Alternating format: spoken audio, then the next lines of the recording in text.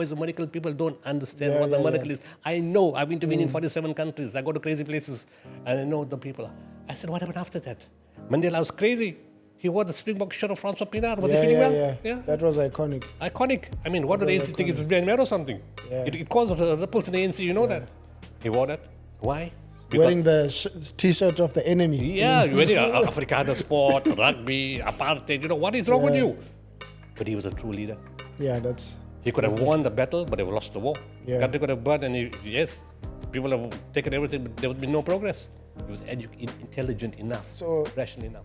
Trump, what do you make of him currently, and what he's been saying, and the sanctions? And to me, he's a clown. To be honest, he's a clown. Doesn't make sense what he's saying, and all the things that he's saying is never going to happen. You're going to take 2 billion people out of Gaza. You must be having some really, delusions of grandeur and having some sensationalist dreams. It's never going to happen. You can say what you want. You're never going to move those people. Then you will fade. And the people, there was ripples at the beginning. The people refused to sing it, remember? Yeah. There are still people that refuse to sing it today. But not the black people. Most of them sing it. They just don't know Afrikaans so well. Except for EFF people. They don't. I mean, look, you're never going to get 100%. Let's be honest, right? And depends on the degree of hurt of people in the past. But a lot of black people sing it. Yeah. But because it's their pride. anthem, Yeah, it's their that's country. true. They've embraced the TRC. They've embraced change. You stay in your 20-bedroom house every night. You sleep in all 20 bedrooms. What do? Are you saying there shouldn't be billionaires? I'm not saying there's no billionaires. There shouldn't be. I'm not saying there shouldn't be billionaires. People should not be stopped from making money. Make as much money as you want. But share. Create opportunity. Make money. Yes, make lots of money. But create opportunity. Can I ask you, Doc? I'm going to put you on the spot, right? And if you can't answer this is my last question. You're more than welcome not to answer it. What do you think of Julius Malema as a leader? Look, I haven't met Julius personally, and it's very hard to comment on somebody that because people make statements for the gallery. Yeah. Right? Sometimes he says some very, very good things, and sometimes his behavior is very erratic. What are the good things that he says? He talks about liberation, about land sharing, about serving the people, and doing things for the country and being patriotic for the country. And then sometimes, he's on to be. This episode was recorded at the Courtyard Hotel.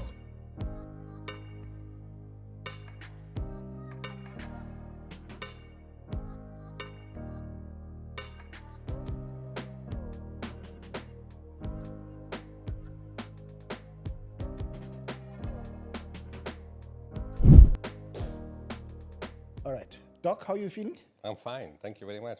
No, thank you for the opportunity again of sitting down with you. It's always a privilege and a pleasure talking to you. I know this is your first one for 2025, so it's a big moment for us as well. Yes, thank you very much. It's your first podcast, right? Yeah, it's the first podcast with anybody. Well, it's great. It's great.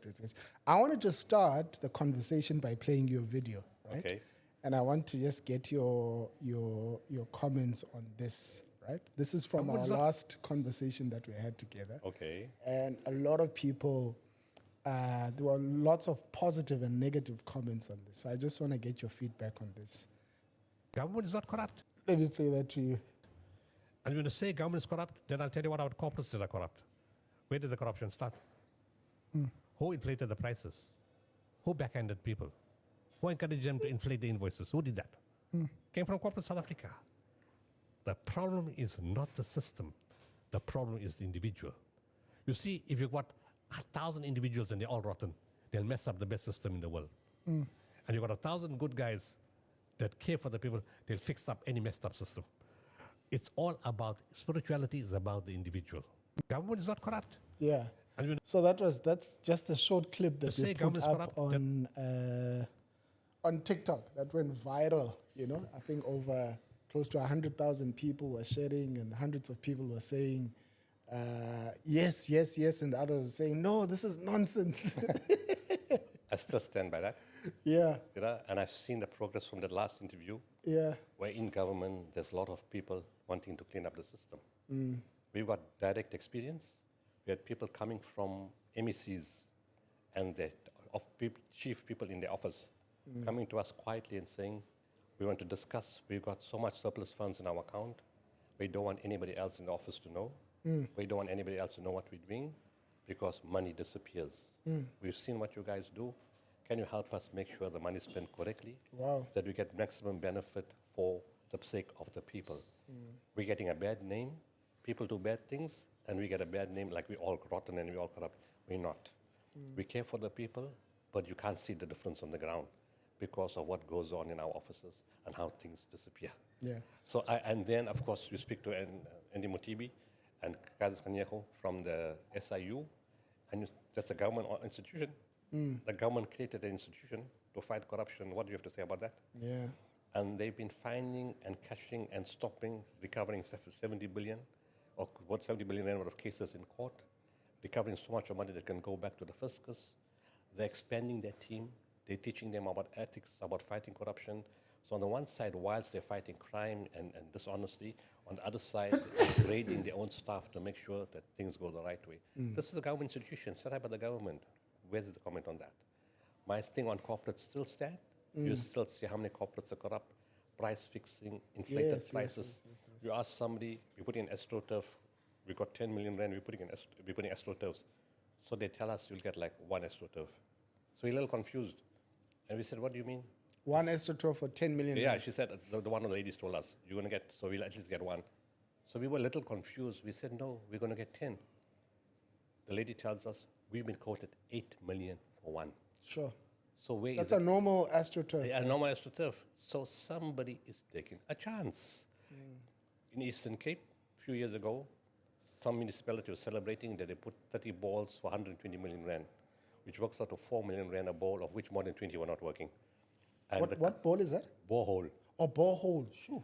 And you can run anything between 150 and 350,000. Why 4 million? So one side you'll say government is corrupt. On the other side, people don't know the pricing. And they're taken for a ride. And this is something that happens over and over again. There's bad guys on both sides, and there's good guys on both sides. It's not the system, it's the people. I re-emphasize that. Yeah, yeah. No, I don't I don't think a lot of people watch the full conversation. They just took that clip and then, I mean, if you listen to the first second, it sounds like you're saying government is perfect, because I think that's what people were getting from that. Yes. But I think you've explained it beautifully, right? I wanted to start by talking about your leadership style, right? Just from the organization that you run, could you share some insights on how you lead the organization, number one? Number two, when you walk into a strategy session, I'm not sure if you guys, I'm sure you do, you'll have maybe an annual or biannual strat session with your team. What goes on there, just from a leadership development and your perspective of how you lead? Could you unpack that for us? In my case, it's very, very different. Remember, Gift of the Givers is a spiritual organization. It's not my organization. I didn't get up one morning and say to myself, I think today, yeah, I'm going to form an organization. Never happened like that. It came from a spiritual teacher that I have no clue who he was, from Turkey. I'd never met him in my life. When I met him, he gave me the instruction to form the organization. And he said, in everything that you do, you will know. It's a long story. But in everything that you do, you will know. There is no planning. Wow. At all? Not all. And why should I change a system that's been working for 32 years? Nobody has found any fault in it. So I don't change the system. I let it run. It comes No to planning at all? No planning at all. Only how to improve on certain things. But I'm not. Could anybody plan that COVID was coming? No. Did we know the tsunami was coming in 2004? Did we know April 2022 there's going to be floods, massive floods, part of Cyclone Idai was 2019, but massive floods in 2022. Do you know we're going to have civil unrest in KZN in 2021? You can't plan. What you can do in disaster management is to be ready to respond. You have to have the tools to respond. Yes, that I plan for. But in long term forward, what are we going to do? It happens, it comes to us. And let me give you very clear examples. When I left that place after he told me, he gave me all these instructions, serve people unconditionally, no race, no religion, no color, no geography, show love, kindness, compassion, and mercy. I asked him, what exactly am I supposed to do? Because the field is huge. He said, you will know. The moment I walked out of that place, the same night it came to me, respond to the civil war in Bosnia. How did it come to you? I just got a thought. And I said, okay. The same month, I took it the same month of August 92 when Gift of the Givers was born in Turkey. I took in 32 containers of aid into a war zone all alone. 3 months later, in November, took in another 8 containers of winter items. And the following year, we designed the world's first containerized mobile hospital, a product of South African technology, South African engineering, built in Africa and taken to Europe. CNN filmed that hospital and said it's equal to any of the best hospitals in Europe. Wow. Right? Yeah.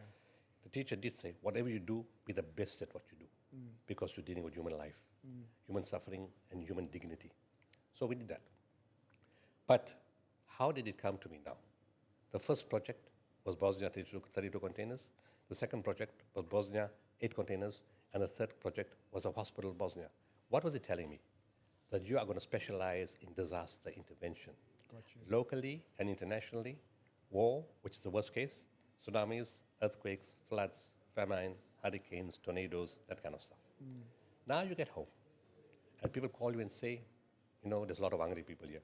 Can we do something about it? So the feeding center is born.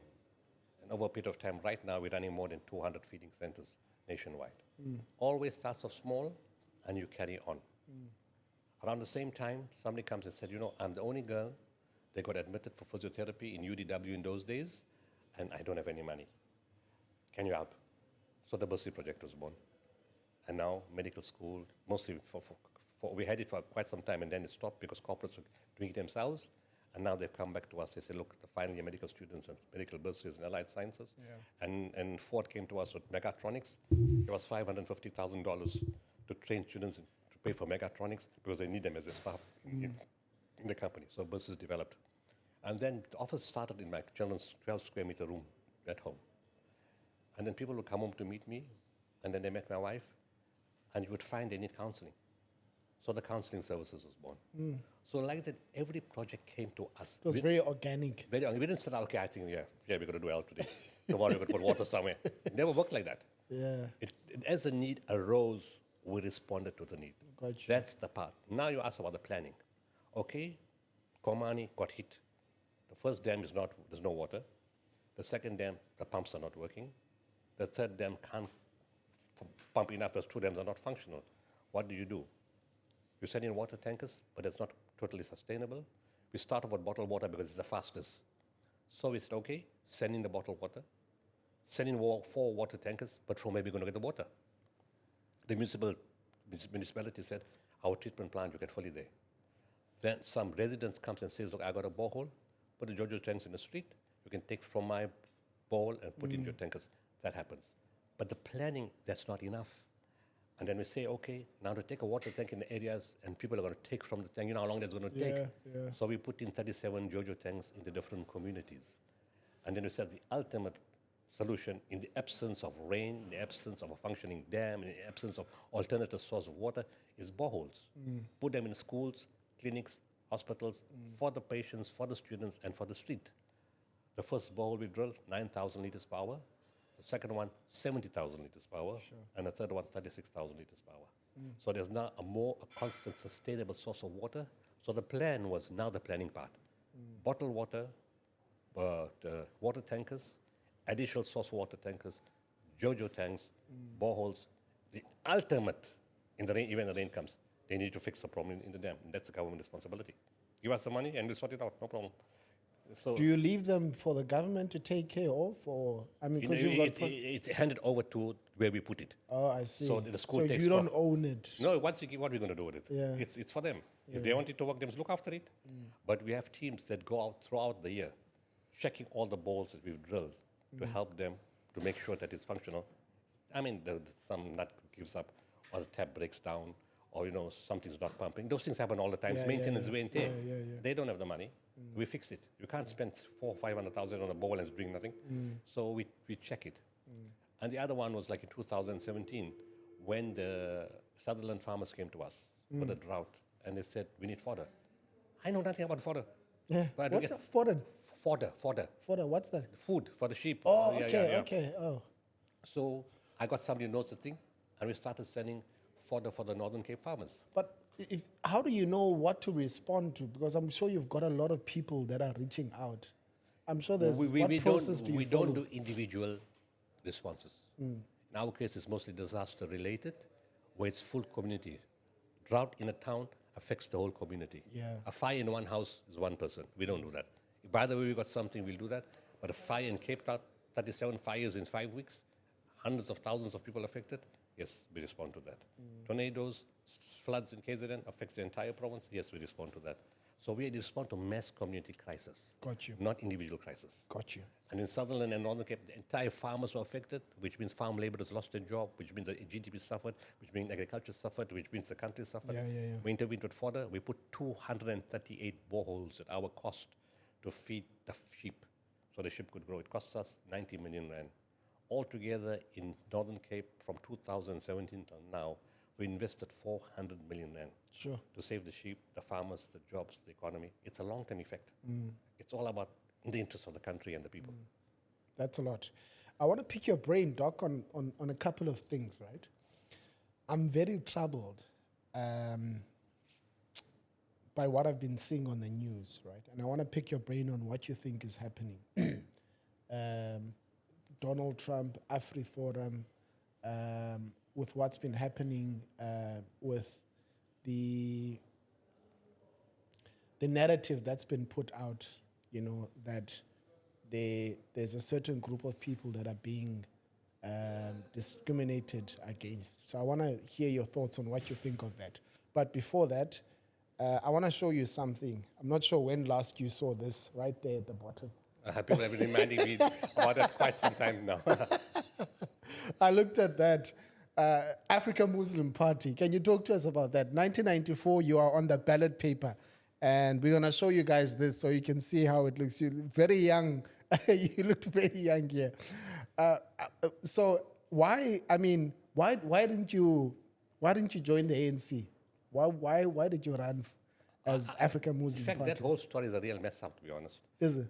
I wasn't involved in the formation of the party. I wasn't even in the country. I was involved in some disaster. I was in Bosnia at that time. When I came back, they told me you're the leader of the party. I said, what party? They said, African Muslim Party. I said, I know Who nothing. told you that? The groups, the people that formed it. And then I said, but why do I need to be in a party? I'm not a political guy. I'm not involved in this. I'm not interested. They said, no, the parties are registered. Your name is put there now. You have to stand. You're well known. You're respected. I was not interested at all. I wanted to take part in debates and all, to be honest, time wasting to me. And of course I was supporting the ANC. And I said, what's the point? And I secretly prayed, nobody knew it. I hope I don't get a seat. And that's exactly what happened. And because I'm more influential outside government than inside. And immediately after that, when I met a spiritual teacher in 95, he told me, you will never get involved in government. You will never be involved in politics. You will always work with government. And actually I was doing that from 92 already, that we worked with government because I believe and I know there's a lot of good people in government who want to do the right thing. You need to hold their hand. If you leave good people alone and the bad people keep having support, the good guys will fall apart. And the common saying is, if you let the evil people, if good people don't do anything, evil will prosper.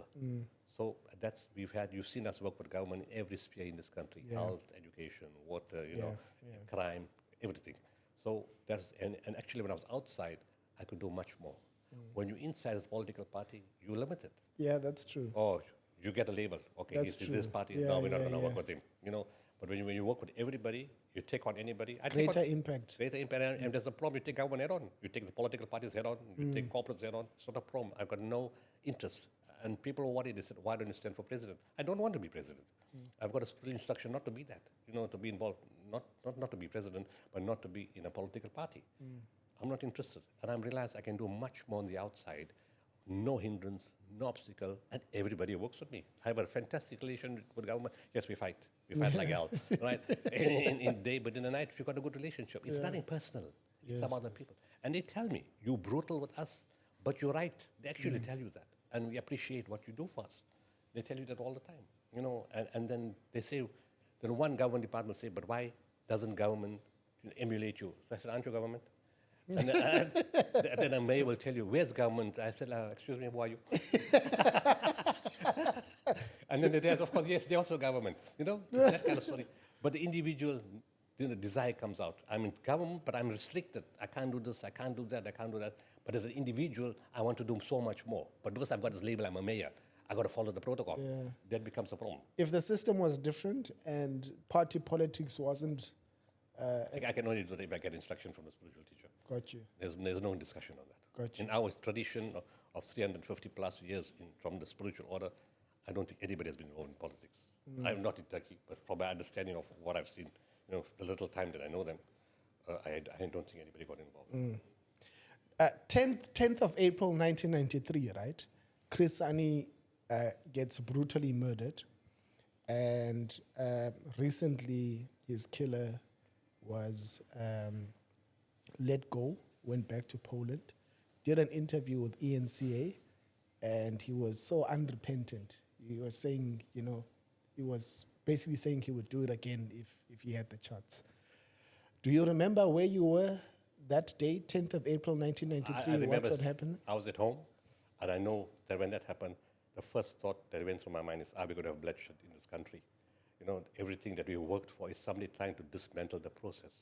Is there a third force trying to put back what has happened in working towards after Codesa, and towards a free government and a free country. Yeah. Is somebody trying to interfere with that process? Very much like you asked me earlier about AfriForum, and Trump. I've been quite blunt with economists, with journalists, with editors. And I said, look, I want to ask you guys a very simple question. Are you agents for foreign governments? Because you're always negative about the country. And sometimes I'm trying to figure out which country you're talking about. Your statements makes people negative towards us. No transaction takes South place. African journalists. Yes, South African journalists. Yeah. I'm talking about our country. Overseas journalists, I'm not really interested. They'll say whatever they want. Yeah. I have a problem when people start saying something about their own country in a very negative way without looking at every aspect of it. And I'm blunt. I just say it like it is. And I told economists at a bank meeting, I said, you guys are the troublemakers. You guys don't think clearly. You make the sensational statement. What happens? The rand tanks. The JSE loses share value. Government bonds get sell off. There's capital flight. There's no foreign investment. What sensational statements are that? Violence is going to take place in the country. The elections is very dangerous. The They're country's gonna going be to fall apart. bloodshed. Yeah. 6 elections and nothing happened. What's so different between the first 6 and the 7? Like, what major thing happened? Between 6 and 7, all we had was COVID, floods, tornadoes, fire, and ESCOM. Are these things so critical they're going to cause violence in an election? Are there like terror groups coming inside the country? Is there some opposition forces? Are people coming with military here and going to cause a problem? What are you talking about? Fire, floods, ESCOM. Is that going to cause violence in the country? Does it need an election to cause that? It can do that without an election. What are you talking about? Doesn't make sense. Next time, the rand is improved. Sentiment is looking good to the country. Blessed to invest. What transaction took place? Was there movement of money? Was there deals? Nothing. It's just sentiment. You need to be more patriotic. I don't know how far AfriForum is involved in what has happened. Yeah. But if you keep complaining, what are you complaining about? Don't you get the land for free?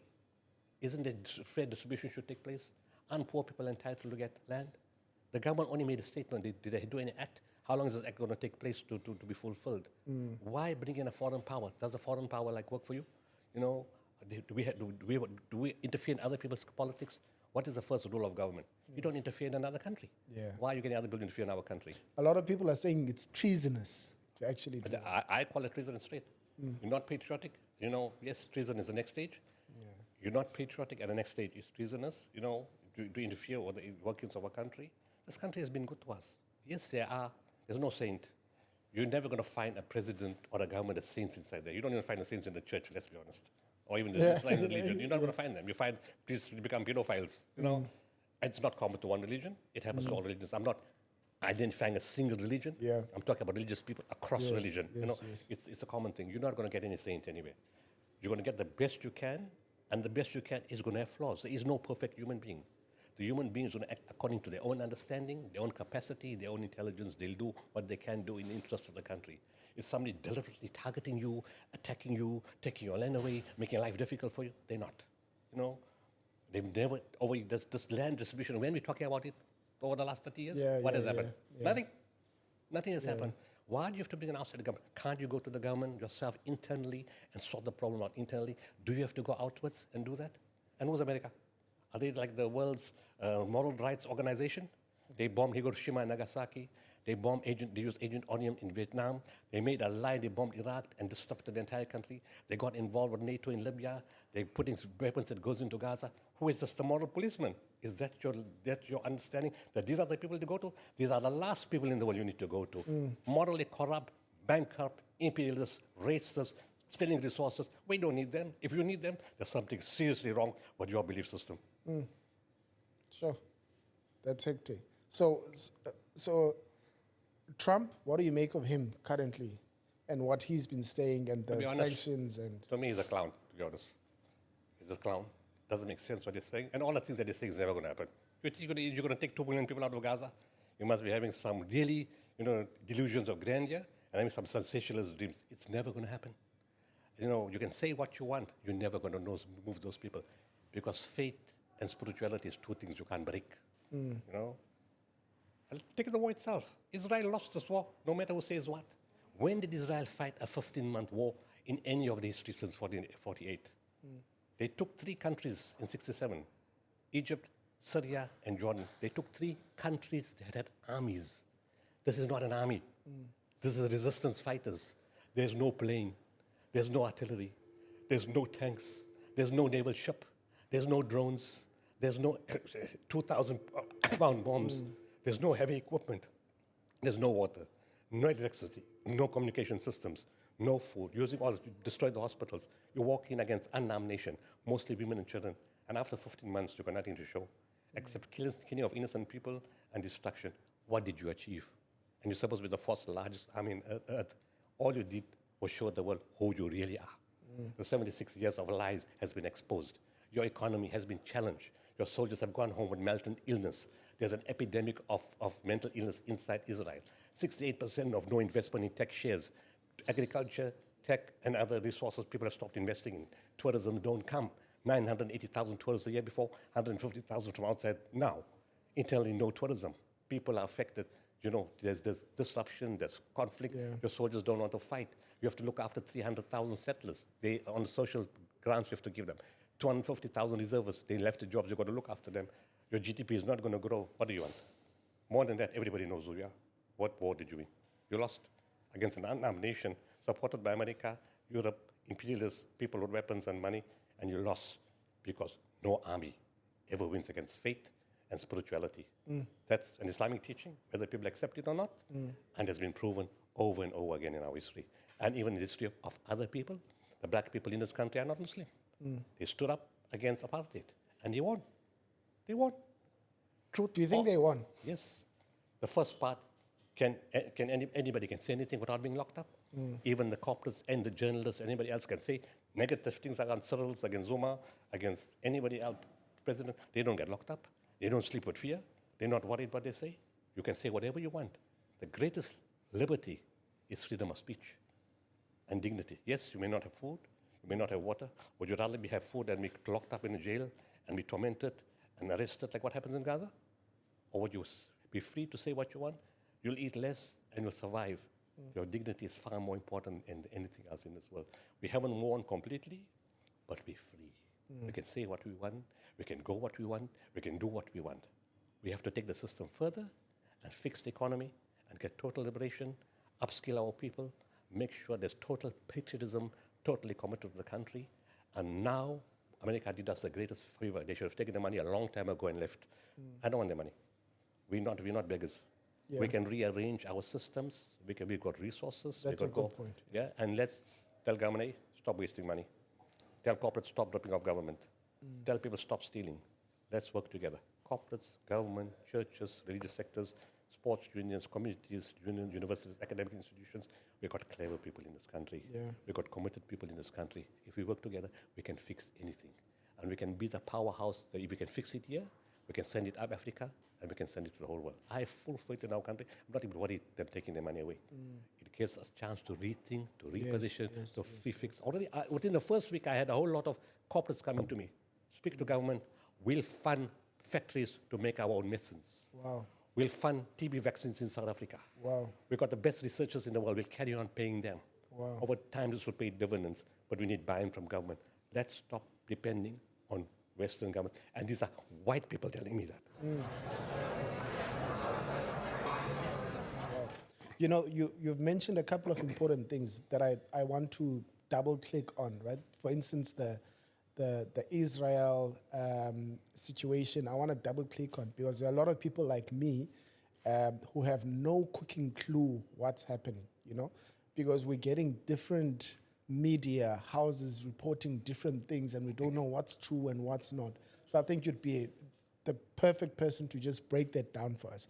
But I want to go back because I was mentioning that the death of Krizani and this guy that's now in Poland saying these vile things and what's been happening in the country, because I feel we have deep racial tension for some reason in this country, right? I was watching a video of a group of Afrikaans people that went to the US Embassy, I think, in Pretoria. One, they were saying, let's make South Africa great again. Now, my question is, when was South Africa great? I don't know what they're referring to, but maybe you can educate me on that. And then you've got, on the opposite side, maybe other people that are, you know, the right word would be sort of pushing away how maybe Afrikaans-speaking people are feeling without actually interrogating where that's coming from and whether there's legitimacy in what they are saying or not. For instance, there's this thing of farm murders, you know.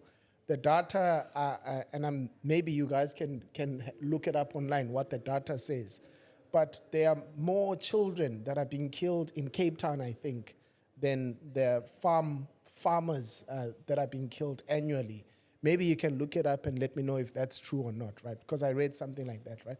So there's so much out there. But when I see all of this, my thinking is there's deep racial tension, right? It's almost like there's a bit of hatred. I don't know what to make of it. So you are in all sorts of rooms. What do you see racially? Is it... There's several things to unpack here. Yeah. Number one, the system is wrong. The government can't decide whether, because Janus Walsh should be freed or not. In the Islamic system, there's not an Islamic country, obviously, but in the Islamic system, the family has the right say, the final say. Got you. That's the problem with the TRC. The government can't decide for somebody else's hurt. The people themselves should have been asked. Under Islamic law, the people are asked, do you want blood money? Do you want a death sentence? Or do you want to forgive and let the person go? Islamic teaching is always forgive. It'll break the chain of violence, because tomorrow somebody else from other families is going to attack you and you're going to attack, especially with tribal warfare in the time of the Arab Islam, where there's cultural groups and you take one guy from the one tribe, then a guy fights you, then another tribe fights another tribe. So in that context, it was better to forgive. Or if you don't want to forgive, you want blood money to shut it down, you can have blood money. What's blood money? Pay me 2 million rand because you killed my breadwinner. I got to put my kids to school. I got to look after them. I got to build a house, kind of stuff. And there's no income anymore. It's blood money. And the third one is no. I don't want no money, nothing. A life for a life. It's allowed, right? That's allowed. But the final decision is in the hand of the family. Now the government needs to change its system. You cannot decide who should be freed or not freed without the permission of the family. They will always be hurt. If the family says, we're happy to let him go, he can say what he wants, he can say he's not repentant, he can say what he wants, we have given him pardon to go. Then people can say what they want in the country. There's no argument, because the family said, we understood all those principles that he's not going to be repentant. He's going to say what he wants, but we've made peace with it. It's fine. Family should decide that. So that's the first problem. The second thing, there's no racial tension. When I say that, there are small groups of people who are still racist.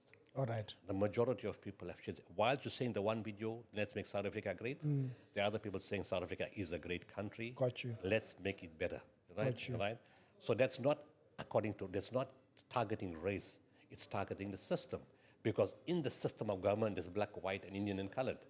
There's a government of national unity. So all of them together are responsible if something doesn't go right. So it's not a racial issue. It's a systems issue. And lots of Afrikaners are now upset making videos. Why are you coming up with this kind of stuff? AfriForum has been attacked by its own people. By Afrikaners. Nobody else had to do the job. Their own people did the job against them. Those people who want to be South Africa great means you're still racist, you still like apartheid, you still want all the resources, you still want all the land, you want all the pleasures, you want everything for you, you want a white privilege, you want areas and expensive areas, you want Stellenbosch, and you want, and Constantia, and you want Camps Bay, and you want all those areas, you still want that. You haven't come to the new world yet. You can't blame an entire white nation for the thoughts of a couple of people. Got you. Farmers are being killed. That's an important point, Yes, by the way. yeah, Because that's why you can never generalize. That's why I say when I say that's why I started off with that clip. Government is not corrupt, because you can't say government is corrupt. There's good people in government. You're going to destroy the SAPS is corrupt. SAPS is corrupt. Then why did Busi dive into Henley Dam in April 2022 to take out the body of a child, not a live person, the body of a child and the body of an old man, so that the parents and the family of the old man both could get closure? She drowned. She died. Her body came home, not a live person, to her 2 children in a house in Pietermaritzburg. Is this a corrupt cop? She gave her life to closure for 2 deceased people, not live people. Why are you making that kind of... What about the cop who died in the line of duty, who got shot so somebody else could be saved? Is the cop corrupt? Be very careful when you make statements like that. So in the same way, the white people are not the problem. Races are in a small number. There's no figures to check about farmers. More black people are killed in the township every day than farmers, let's be honest. What are we looking for? We don't have to check figures. More black people are killed in the townships than any other part of the country at any one time. Crime is not a white thing or a rich thing. It happens all over. Yeah, it affects all of us. It affects all of us. It's a common thing that black people say, come, please help us. Where's the police station? Let's fix the stuff in the townships. Gangsterism, where does it come from? Drugs, where does it come from? Gender-based violence, where does it come from? Child mutilation, where does it come from? The townships. Yeah. If anybody should be protesting, it's them. More than farmers being killed. And that is not farm-related. It happens anywhere. Cash in transit, you get shot in the middle. Armed robbery, hijacking. It happens all over. We got a crime problem in this country which we need to fix. So it's not a racial problem. No. It's a... People racialize it. My group is affected. Okay, is your group the only South African? What about other groups? A human being that's dead is a human being that belongs to this country of 65 million people, no matter what race, what religion. He's a human, he's a South African citizen. Any South African citizen that dies unnaturally is a problem for the country. It should be a problem for all of us, because we could be the next victim. We should need to stand to this together. So it's not a racial thing. Yes, those people who can't get it out of the head, you're not going to fix the whole system. There are some people who just can't get it out of the blood. But to be fair, more of the people got it out of the blood and have embraced the new South Africa in a very loving way. 400,000 South Africans came back. Why did they come back? If they're so racist, they don't like this country. Yes, you will say, okay, they found the grass is not green on the other side. But after so many years, what are they saying when they're coming back? We brought our skills, we brought our money, we're going to fix this country for all of us. Took 30 years, but sentiment change is good. Yeah. It doesn't happen overnight. Great, at least it happened. And now they influence other people. Others are saying, no, we're not going anymore. These ones came back, so we're not going anymore, but let's be like them. Let's fix the system. And it will happen. How do we teach people to be more patriotic? And how do we, because I think for me, that could be part of the solution, right? How do we go back to our schools and start there, the next generation, and teach people how to love their country and how to get rid of the, I don't know what to call it, the spectacles that are always looking at race and always... we have a teaching again. I bring Islamic teaching. It says simply, travel to the earth. And a lot of people who've traveled through the earth have realized that gold is in South Africa. Not literally from the mines, but the type of the country. And have come back and said, we were wrong. You know what? Exposure. Poor people can't travel, obviously, but they meet people from other countries. And foreigners say, we want to stay in this country. They know what's in the country. They come from first world countries. I met a German investor in this city, in the business chamber in this very city. They do the alloys for all the cars. And he said, you South Africans are crazy people. So I said, why? He said, you guys fight about everything. But when it comes to a common issue, you South Africans, you guys stand together. It doesn't matter about race, color, religion. You guys stand together on common issues. You know what? Let me tell you a story. I've been dishonest with my wife. I came here 3 times and I brought her to South Africa, to various parts of the country, and I'm enticing her to say, yes, I want her to stay in this country. I'm from Germany, but I want to stay in South Africa. foreigners have understood the beauty and value of our country. It's not about Table Mountain. It's not about Kruger National Park. It's not about the sea and the roads and the gardens and Kirstenbosch and everything else in the country. It's about the quality of our people. People say South Africans are warm, accommodating, hospitable, loving, Ubuntu spirit, caring. That's what they love about our country. Because you can get a mountain and tree anywhere in the world, let's be honest. But you can't change people's nature. And that's what they love about our country. We got it. We can build the most powerful country on the continent. And we've got a great country. We've got resources, but we've got people. We've got attitude. We've got character. We've got personality.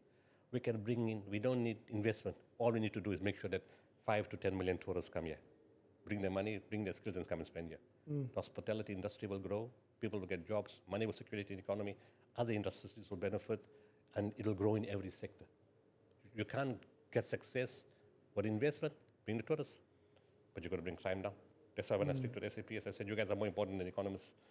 You guys, if you fight crime, people will come here in droves. You can't tell the people, hey, we've got a great health system, we've got a great education system, we've got a lovely mountain, we've got a lovely weather, it's hot. Oh, 5 tourists got killed in Kruger National Park. 3 people got murdered somewhere in Cape Town, or in Joburg or Durban. You think the people want to come? When you fight crime, you make the country more acceptable, more hospitable, people are more inclined to come to this country. If somebody tells me, hey, this is a fantastic country in the world, unfortunately, you know what? People get kidnapped there. Will I want to go? No. No, thank you. Yeah. So I don't care how beautiful the country is. I won't want to go. It's that kind of sentiment. And what we need to understand, you ask me, how do we become more patriotic? The only way to build this country is together. Let's take the labels out. Take the branding out. Let's all wear the same color clothes. White, black, green, whatever. We're going to your stadium here, whatever stadium is here in PE. We all go in the stadium. No logos. But you put them from government, trade unions, political party, religious sector, sports, academics, business people, students, community people, leaders, put them all in the community. Do you know who the people are? No, we don't know who they are. We don't know where they come from. Who are they? They're South African. What is the common need of South African? Peace, food, water, lights, no potholes, no crime, freedom of speech, liberation, opportunities, work, jobs. That's what we need. We all need it. How do we do it? Let's work together. Everyone with the best skills, let's work together. Don't view each other with suspicion. View each other as a compatriot, a comrade. Work together and let's do it. It's happening already. People are doing it already.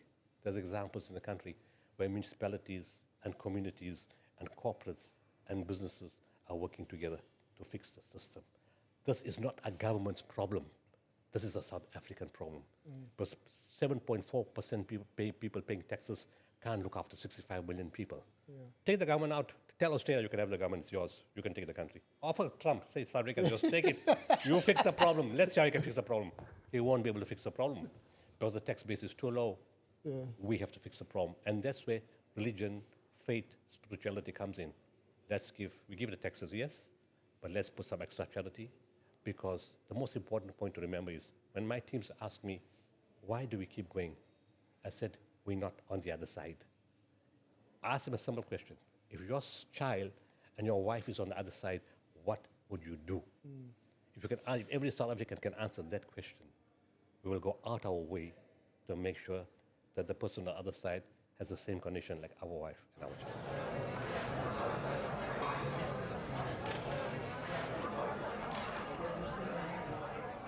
What I think is missing from what you're saying, and let me know if I'm wrong here, is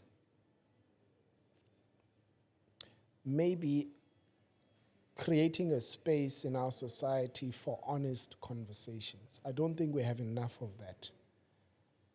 I think a lot of people are still carrying hurt, and it's hurt from the past. And I think in some spaces, there is this seeming bickering, from, I don't know how to call it, but from opposite sides, like you guys took our land. No, you guys, there are 120 race-based laws. BEE, you guys have been eating for 30 years. Now it's more than enough now, So you've got people talking past each other, and that creates more hatred and more resentment. I don't think there are enough spaces, and I speak from my small exposure. I don't see the full picture. I don't think there are enough spaces for honest conversations. Like, I'll give you an example. So I'm from Middleburg, Cape. My grandmother, to this day, when I talk to her about what kind of country we have, she gets very emotional, because in her mind, she lived in the town, then she got kicked out.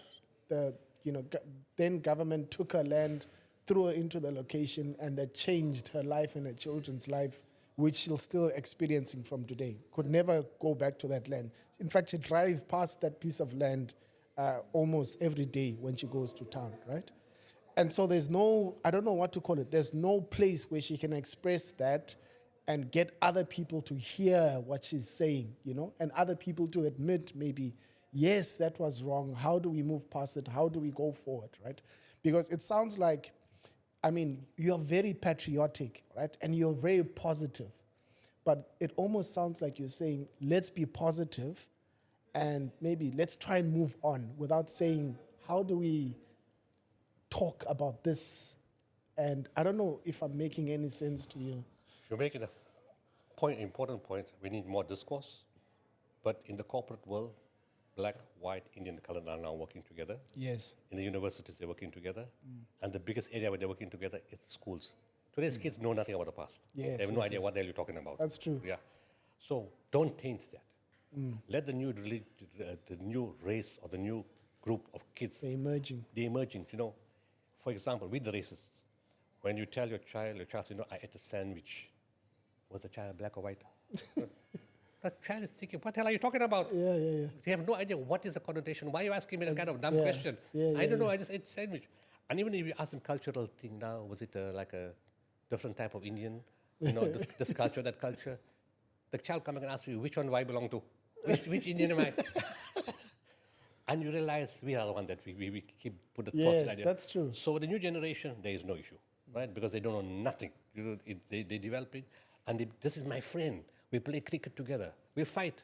So should we not be educating them about the past? No, they don't know about the past. What is it to educate them? They haven't experienced that, right? What they should be educated about is how to go forward.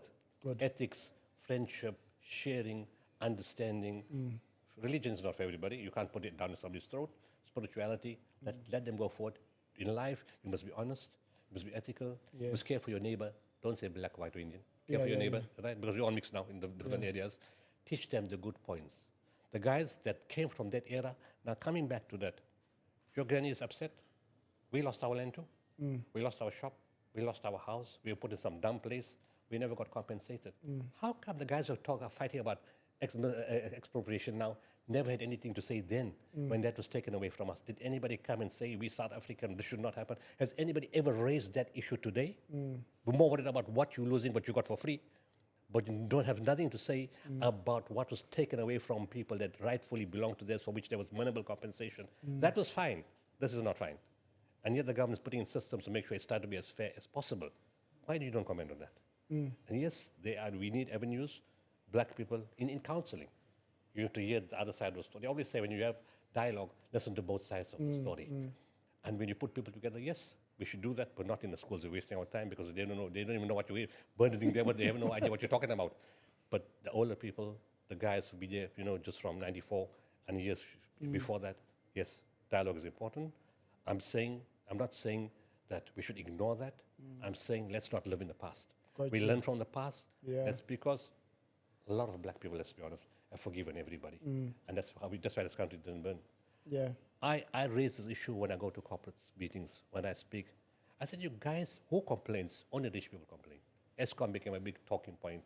Rich people complain. When the ANC had the 112th anniversary last year in Mpumalanga, last year in Mpumalanga, and then electricity minister went to the area and person from the township came and hugged him. He got a little confused. He said, like, why are you hugging me? She said, you're at stage 6 today. So he said, it's stage 6 for you. I will have stage 100 all my life. Sure. So now I got lights. Stage 6 is better than stage 100.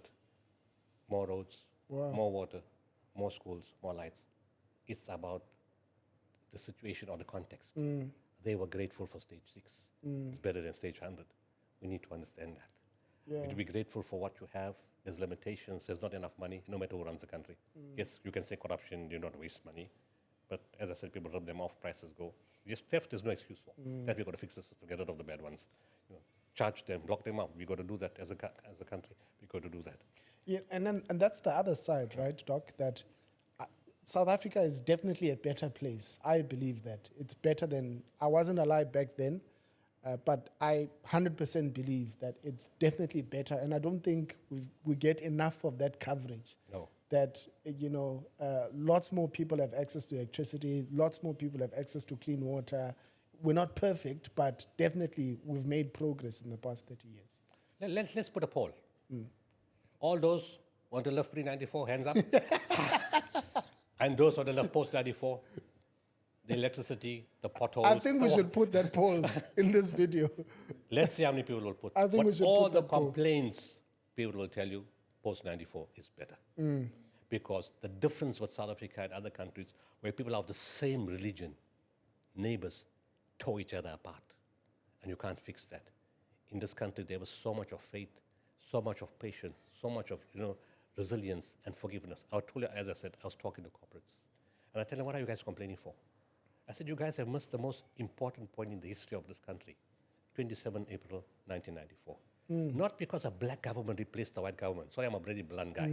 Yeah, I know. It makes no difference. Yeah. Governments come and go, not a big deal.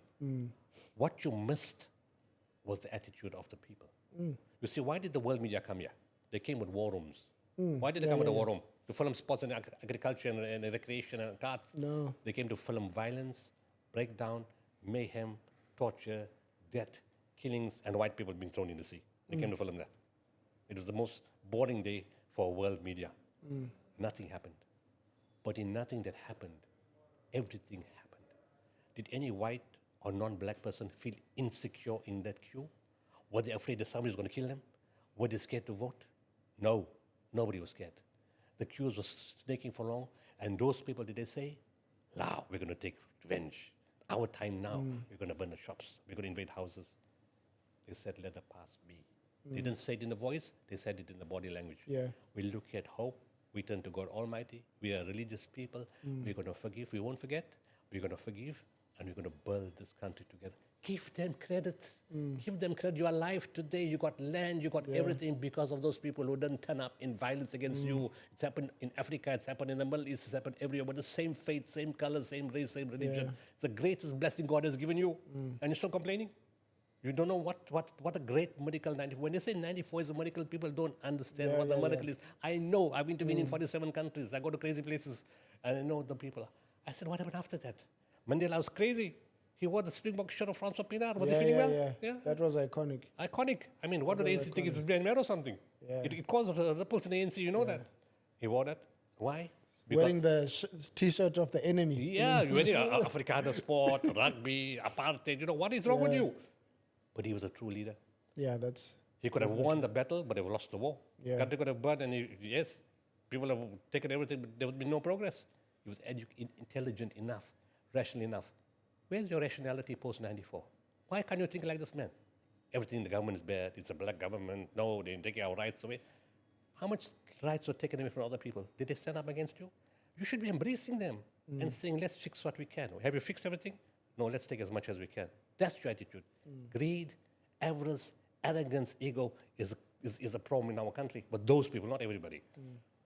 Mandela did it. And I said the biggest thing that you did, I want to challenge any government in the world. He took this stem and put it in Constitution Elela. Which government in the world is going to put the anthem of apartheid in their new revolution? And the people, there was ripples at the beginning. The people refused to sing it, remember? Yeah. There are still people that refuse to sing it today. But not the black people. Most of them sing it. They just don't know Afrikaans so well. Except for EFF people. They don't. I mean, look, you're never going to get 100%. Let's be honest, right? And depends on the degree of hurt of people in the past. But a lot of black people sing it, but because it's With their pride. anthem, Yeah, it's their that's country. true. They've embraced the TRC. They've embraced change. They've forgiven. Why can't others look at holding hands positively? Take the example from the people. They've sacrificed so much and they're still suffering. They're still dying of hunger. They still don't have water. They still share streams with the animals, with the pig, the horse, and the cow. Do they burn the townships? Do they burn the shops? Do they barricade the roads? They don't. They sit there with patience, hoping one day that God will send the right mechanism in the right way. Can't we see these people and have some mercy and compassion in our heart? We have 5-star houses, 5-star cars. We travel business class. We go all over the country. We eat at the most expensive restaurants, and we complain. Everything is taken away from us. We have a teaching. What you don't spend is not yours. So I give everybody 2 billion, then I'm only going to ask them one question. How many lifetimes is it going to take you to spend that money? You're not going to be able to answer me. So what the hell you want to take all this money, break your head over this money? Rather share, build goodwill, turn the economy, more people will help, your soul will feel contented, you will feel blessed, you'll feel alive, you'll feel valued, acknowledged you did something great. What are we chasing for? You can only eat 3 meals a day. You can only sleep in one bed. You can only drive one car. You know, there's only so much you can do, and you can have all the things on paper. I got 5 billion rand in shares. I got 5 houses. I got 3 yachts. I got apartment on the sea. Do you stay in an apartment every day? You stay in your 20-bedroom house every night. You sleep in all 20 bedrooms. What do you do? Are you saying there shouldn't be billionaires? I'm not saying there's no billionaires. There shouldn't be. I'm not saying there shouldn't be billionaires. People should not be stopped from making money. Make as much money as you want. But share. Create opportunity. Make money. Yes, make lots of money. But create opportunity. You got the opportunity. Do it the right way.